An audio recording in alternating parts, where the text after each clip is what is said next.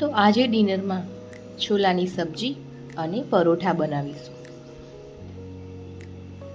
તો સાંજના કંઈક તીખું અને ટેસ્ટી ખાવાનું મન થાય તો આ સબ્જી જરૂરથી ટ્રાય કરજો. તો સૌથી પહેલાં આપણે હાઈ ફ્લેમ પર પેન ચડાવીશું અને એમાં ઓઇલ એડ કરીશું. ઓઇલ ગરમ થાય એટલે એમાં જીરું એડ કરીશું. હવે આપણે જરાક આખા મસાલા પણ એડ કરીશું. તો મેં અહીંયા તજનો નાનો ટુકડો લીધો છે અને એક તમાલપત્ર એડ કરીશું. હવે આપણે લસણ મરચાંની પેસ્ટ એડ કરીશું. આ પેસ્ટને આપણે 2 મિનિટ સુધી સાતળી લઈશું.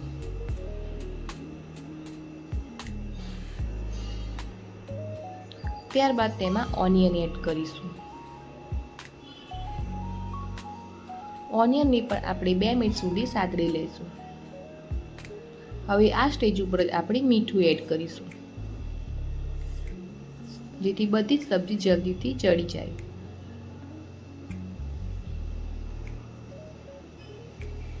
હવે આપણે ટામેટા એડ કરીશું. બધું જ મિક્સ કરીશું અને 5 મિનિટ સુધી ઢાંકીને આને થવા દેશું.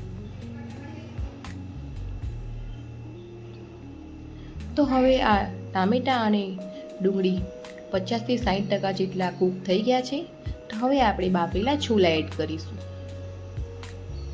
આ બધું જ હવે મિક્સ કરીશું અને આમાં સૂકા મસાલા એડ કરીશું. તો અહીંયા લાલ મરચું પાવડર, હળદર પાવડર, ધાણા જીરું પાવડર અને ખાસ કરીને આ પંજાબી છોલે મસાલો જરૂરથી એડ કરવો. તો મેં અહીંયા 2 ચમચી ભરીને પંજાબી છોલે મસાલો એડ કર્યો છે. તો હવે લાસ્ટમાં કશ્મીરી લાલ મરચું પાવડર એડ કરીશું. હવે બધું જ મિક્સ કરી લેશું.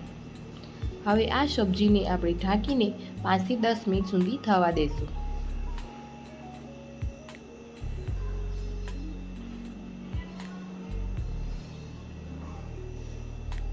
તો હવે આ સબ્જી ઓલમોસ્ટ રેડી છે.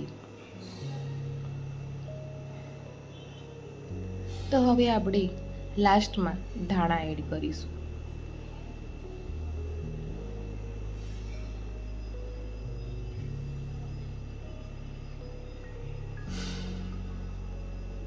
અને લીંબુનો રસ પણ એડ કરીશું.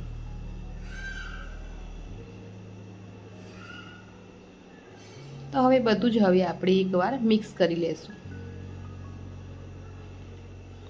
તો સબ્જી બિલકુલ રેડી છે. તો આ સબ્જી સાથે આજે મેં પરોઠા બનાવ્યા છે. છોલાની સાથે ભટુરા અને કુલચા પણ મસ્ત લાગે છે.